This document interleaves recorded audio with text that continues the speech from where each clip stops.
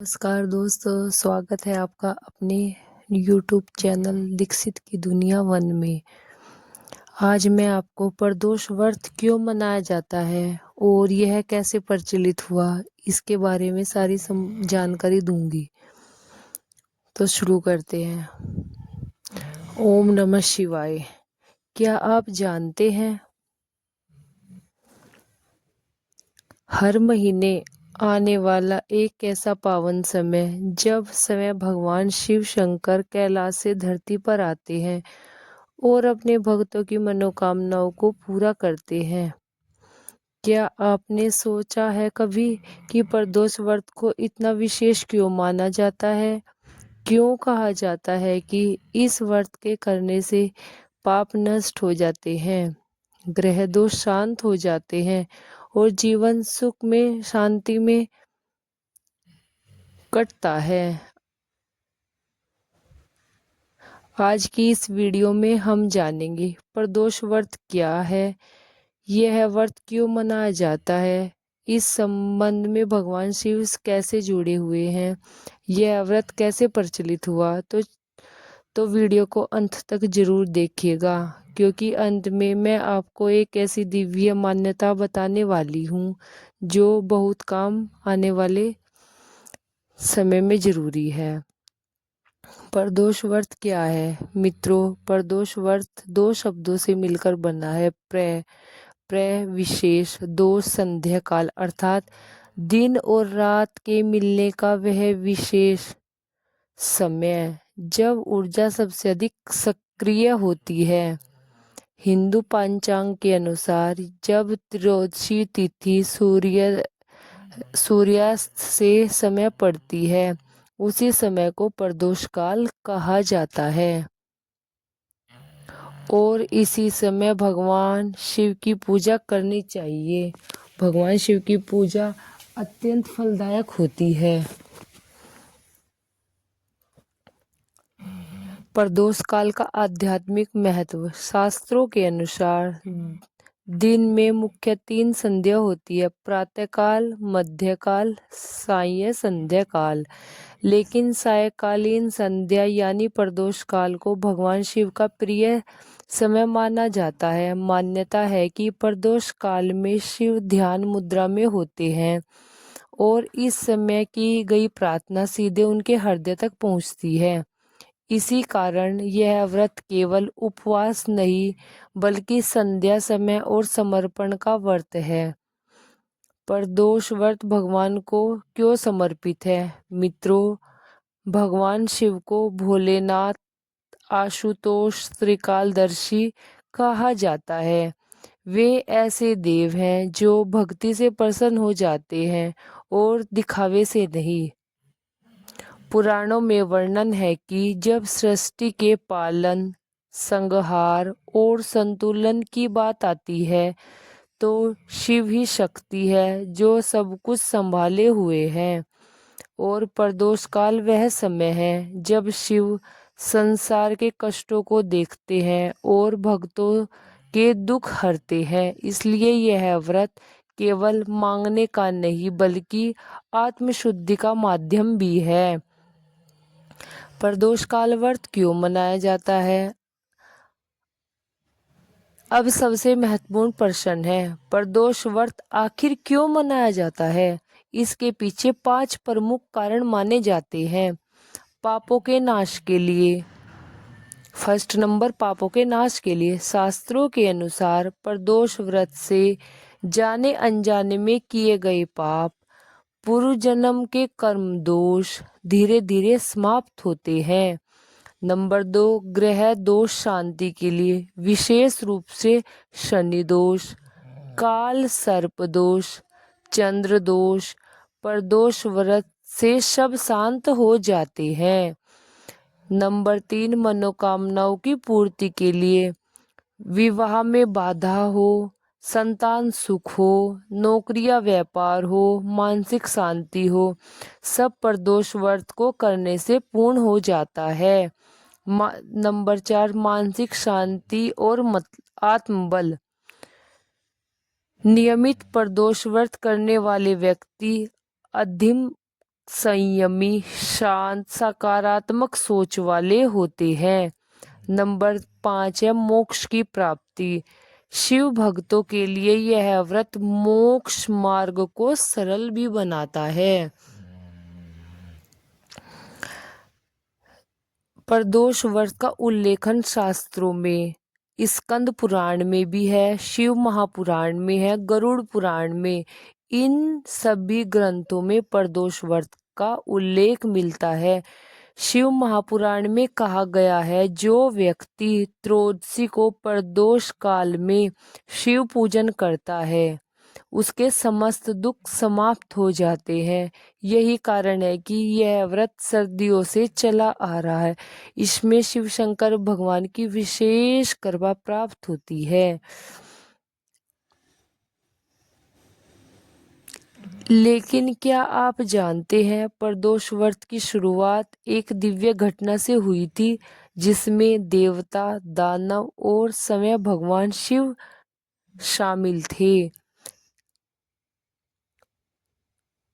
एक प्रदोष व्रत ने एक राजा के पूरे वंश को विनाश से बचा लिया। यह कथा इतनी शक्तिशाली है कि इससे सुनने मात्र से मन शांत हो जाता है, पापों का नाश होता है।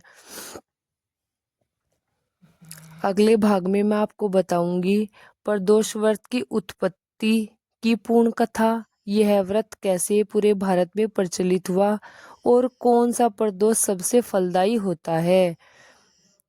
यदि आप यह वीडियो पसंद आया हो तो कृपया लाइक करें, कमेंट करें, ओम नमः शिवाय लिखें और हमारे चैनल को सब्सक्राइब करें, क्योंकि अगला भाग आपकी भक्ति को और गहराई तक ले जाने वाला है। हर हर महादेव। प्रदोष काल की उत्पत्ति तथा और इसका इतिहास।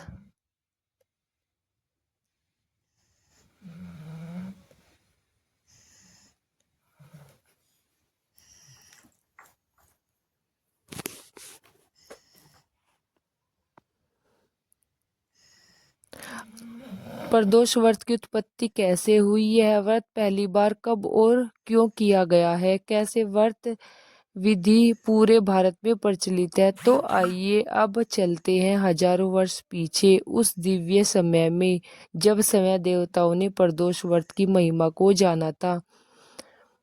मित्रों, प्रदोष व्रत की उत्पत्ति सीधे देवताओं और असुरों से जुड़ी हुई है। पौराणिक कथा के अनुसार एक समय की बात है जब देवता और दानव दोनों ही अपने अपने कर्मों के कारण कष्ट में पड़े हुए थे। देवताओं का तेज क्षीण हो गया था, दानव का अत्याचार बढ़ रहा था, पृथ्वी पर संतुलन बिगड़ चुका था। देवता चिंतित होकर ब्रह्मा जी और विष्णु जी के पास गए। ब्रह्मा और विष्णु ने देवताओं को सलाह दी, यदि अमृत प्राप्त करना है तो समुद्र मंथन करना होगा। समुद्र मंथन प्रारंभ हुआ, मंदराचल पर्वत मथानी बना, वासुकी नाग रस्सी बने। देवता और दानव दोनों ने मिलकर मंथन किया, लेकिन इस मंथन में सबसे पहले जो निकला वह अमृत नहीं था, वह था कालकूट विष। यह विष कालकूट विष और प्रदोष काल, यह विष इतना भयंकर था कि तीनों लोग जलने लगे थे। देवता और दानव भी भयभीत हो गए, कोई भी इस विष को धारण करने को तैयार नहीं था। तब सभी देवता भगवान शिव के पास पहुंचे। भगवान शिव उस समय ध्यान मुद्रा में मग्न थे और वह समय था प्रदोष काल, यानी सूर्यास्त का समय। सूर्यास्त के समय को ही प्रदोष काल कहा जाता है। देवताओं की प्रार्थना सुनकर भगवान शिव ने बिना एक क्षण सोचे कालकूट वृक्ष को अपने कंठ में धारण कर लिया। इसी कारण वे कहलाए नीलकंठ महादेव। प्रदोष व्रत का वरदान। जब भगवान शिव ने सृष्टि को बचाया,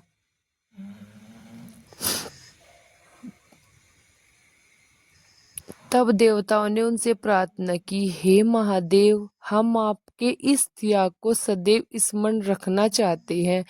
तब भगवान शिव ने कहा, जो भी भक्त त्रयोदशी तिथि को प्रदोष काल में मेरी आराधना करेगा, उसके जीवन के विष मैं स्वयं हर लूंगा। इसी क्षण था जब प्रदोष व्रत एक दिव्य व्रत के रूप में प्रचलित हुआ। हर हर महादेव, नमः पार्वती पति शिव, हर हर महादेव। प्रदोष काल ही क्यों चुना गया? मित्रों, एक प्रश्न अक्सर उठता है, भगवान शिव ने प्रदोष काल को ही क्यों चुना? शास्त्र कहते हैं यह समय तम और प्रकाश के बीच का समय होता है। यह समय अहंकार को छोड़ने का प्रतीक होता है। यह समय आत्मचिंतन का श्रेष्ठ काल भी होता है। इसलिए प्रदोष व्रत केवल पूजा नहीं बल्कि आंतरिक शुद्धि का साधन है।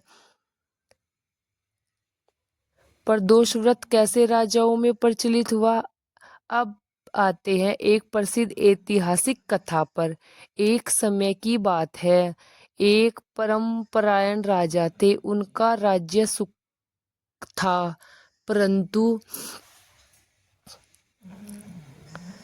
परंतु अचानक राजा के जीवन में भयानक संकट आ गया। राजा के रोग फैलने लगे, धन नष्ट होने लगा, पारिवारिक में क्लेश बढ़ने लगा। राजा ने ऋषि मुनियों के समाधान पूछा। एक ऋषि ने कहा, राजन, आपके पूर्व जन्म के कर्मों के कारण यह संकट आपको प्राप्त हुआ है, तो प्रदोष व्रत का पालन करो। राजा ने पूरे विधि विधान से त्रयोदशी को प्रदोष काल में शिव पूजन किया।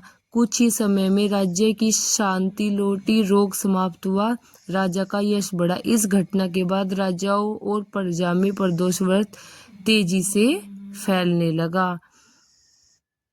भारत भर में प्रदोष व्रत का प्रचलन समय के साथ उत्तर भारत, दक्षिण भारत, पूर्व और पश्चिम भारत, हर क्षेत्र में प्रदोष काल को अलग अलग नामों से माना जाने लगा, लेकिन भाव एक ही है, भगवान शिव की कृपा प्राप्त करना।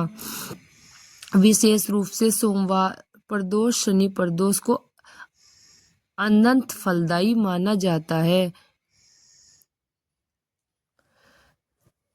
दोस्तों, आपको ये कैसी कहानी लगी? आप कमेंट में ज़रूर लिख के बताइए और चैनल को सब्सक्राइब भी करिए। Thank you. अब हम नेक्स्ट भाग में दूसरी अच्छी सी कथा लेकर आएंगे।